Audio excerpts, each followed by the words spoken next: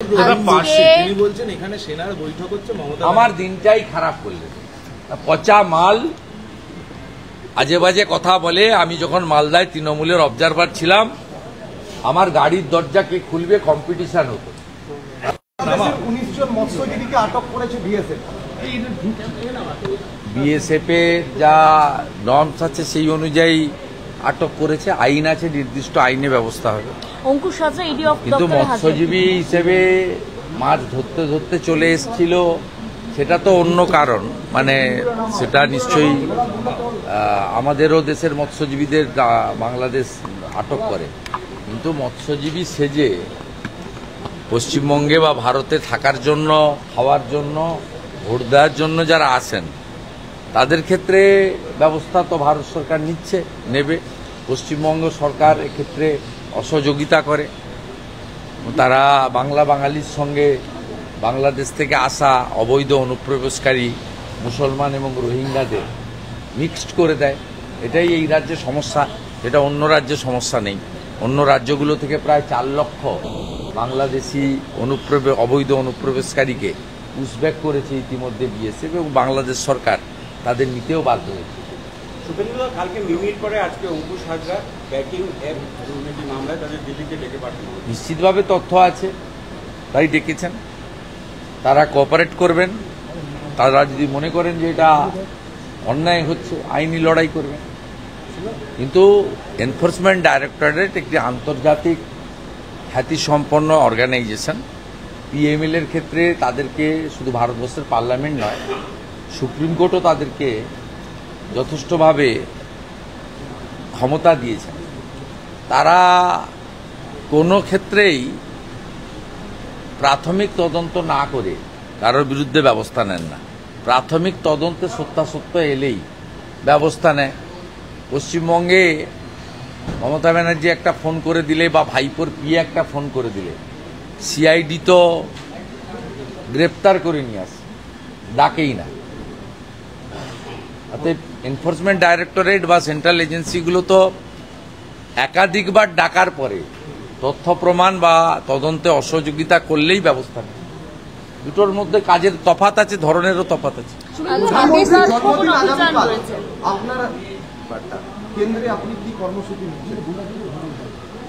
দেখুন, প্রধানমন্ত্রী শুধু দেশের প্রধানমন্ত্রী নয়, বিশ্বের সর্বশ্রেষ্ঠ এবং জনপ্রিয় নেতা। তার প্রত্যেকটি কাজ, প্রত্যেকটি বক্তব্য এবং সাধারণের সঙ্গে তার মিশে থাকা, এবং সবচেয়ে বড় হচ্ছে তার যে দেশপ্রেম, জাতীয়তাবাদ, সেটা প্রত্যেকের অনুকরণে। কালকে অনেক কর্মসূচি শুরু হচ্ছে, একদিন নয়। সেবা পক্ষ চলবে, কারণ সেবাই সংগঠন, এটা নরেন্দ্র মোদীজি প্রত্যেকটা বিজেপি কর্মী সমর্থক, বিজেপি সমর্থক বা দেশের নাগরিককে শিখিয়েছে। আমি কালকে আমার নির্বাচন ক্ষেত্র নন্দীগ্রামে যারা সেবিকা, সে আশাকর্মী হতে পারে, পঞ্চায়েতের মহিলা প্রতিনিধি হতে পারে, আমি কালকে দিদি এবং বোনেদের সঙ্গেই এই দিনটি উদযাপন করব। এবং যারা মানুষকে সেবাদান করছেন, অর্থাৎ মাতৃশক্তি, সেবিকাদেরকে নিয়েই আমার কর্মসূচি, প্রথম কর্মসূচি আছে। তারপরেও একাধিক কর্মসূচিতে যোগ দেওয়ার চেষ্টা করব। সাথে বিশ্বকর্মা পুজো তো আছে। পাঁশকুড়াতে যে স্বাস্থ্যকর্মীকে ধর্ষণ করা হয়েছে, আপনি কি ব্যক্তিগতভাবে গিয়ে দেখা করবেন? পাঁশকুড়াতে হাসপাতালের মধ্যে একটা স্বাস্থ্যকর্মী জেনে যাবেন। আমি তো বিরোধী দলনেতা হিসেবে চেষ্টা করি পীড়িতদের পাশে থাকার, যদি তারা চান। সেই চেষ্টার মধ্যে থাকবে, জানতে পারবেন। আমাদের লোকজন তো ওখানে যোগাযোগ রেখেছে, আমার সঙ্গে কথা হয়েছে। এখানে সিন্টু সেনাপতির নেতৃত্বে থানায় বিক্ষোভ হয়েছে এবং পুলিশ গ্রেপ্তার করতে বাধ্য হয়েছে। শুধুমাত্র নিয়োগকারী রাজ্যের শিল্পের বেহাল অবস্থা, কি বলবেন? হাহাকার, তোষণ আর ভাতা, বাকি সব জায়গা অন্ধকার। এই মুখ্যমন্ত্রী ৬,৮৮৮ শিল্প তাড়িয়েছেন এবং টাটাকে ঘাড় ধাক্কা মেরে বাংলা থেকে খেদিয়েছেন, এবং টাটাকে সুপ্রিম কোর্টে লড়তে হচ্ছে ক্ষতিপূরণ আদায়ের জন্য। এবং এবারের বাজেট যেটা পেশ হয়েছিল বিধানসভায় 2025-26-এ, আপনি আগের বাজেটের বইগুলোর সঙ্গে একটা জায়গায় তফাৎ দেখবেন। ইন্ডাস্ট্রি ইনসেন্টিভিয়াস, শিল্পে যে ইনসেন্টিভিয়াস দেওয়া হয়, কোনো সংস্থা যদি শিল্প স্থাপন করে তাকে প্রত্যেকটি রাজ্য সরকার স্বল্প মূল্যে জমি এবং একটা মরিটোরিয়াম টাইম থাকে তৈরি করার জন্য।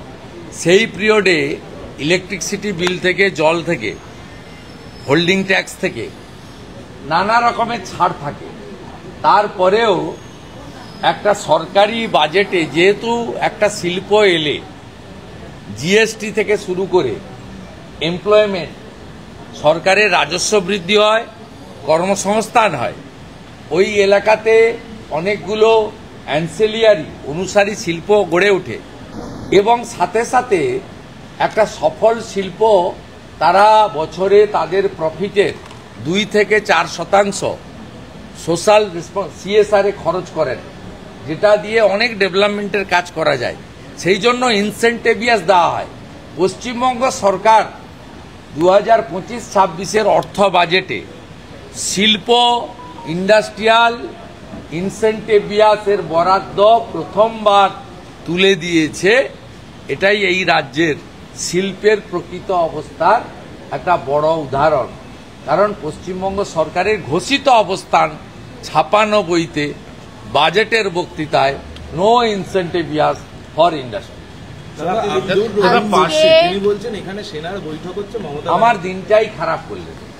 পচা মাল, আজে বাজে কথা বলে। আমি যখন মালদায় তৃণমূলের অবজারভার ছিলাম, আমার গাড়ির দরজা কে খুলবে কম্পিটিশন হতো, তাতে রহিম থাকতো আগে। আরএসপির মাল ছিল, বামপন্থী করত, অনেক চাকরি বাকরি বেঁচেছে সে সময়, এখনো ছেলেকে দিয়ে করছে। তারপরে অনেক দিন অনেকেই আপত্তি ছিল, আমাকে ধরাধরির পরে আমি একদিন জয়েন করাই। এই তো ক্যারেক্টার। আমি ওকে বলে দিলাম, ও যে ভাষায় যে টোনে কথা বলছে, ওর বিজেপি আসার পরে ও জেলে যাবে কয়েক ঘন্টার মধ্যে। আর মালতীপুরে 80% মুসলিম ভোটার। আমি যোগ বিয়োগ জানি, সাগরদিঘির অঙ্কটাও আমার জানা ছিল। মালতীপুরে ওকে যদি আমি হারাতে না পারি, আমার নাম সুরেন্দ্র অধিকারী, আপনি নিশ্চিত। শুভেন্দুদা, পাঁশকুড়ার ঘটনায় নিয়োগকারী যে সংস্থা তাকে শোকজ করলো স্বাস্থ্য দপ্তর, এই দায় এড়ানোর চেষ্টা শুধুমাত্র যে ও শোকজ হবে, আপনারা টিভিতে দেখাবেন, 3 দিন পরে ভুলে যাবে। আপনাদের কন্টিনিউটি থাকে না। আর এই নারায়ণ স্বরূপ নিগম থেকে ওর মালিক মমতা ব্যানার্জি, ওরা ওয়েট করে থাকে কখন আড়ালে চলে যাবে ইস্যুটা। একটাই solution, no vote to Mamata. আজকে বিকাশ ভবন অভিযান আছে চাকরি প্রার্থীদের। ভাই আমাকে হাইকোর্ট যেতে হবে। আমাকে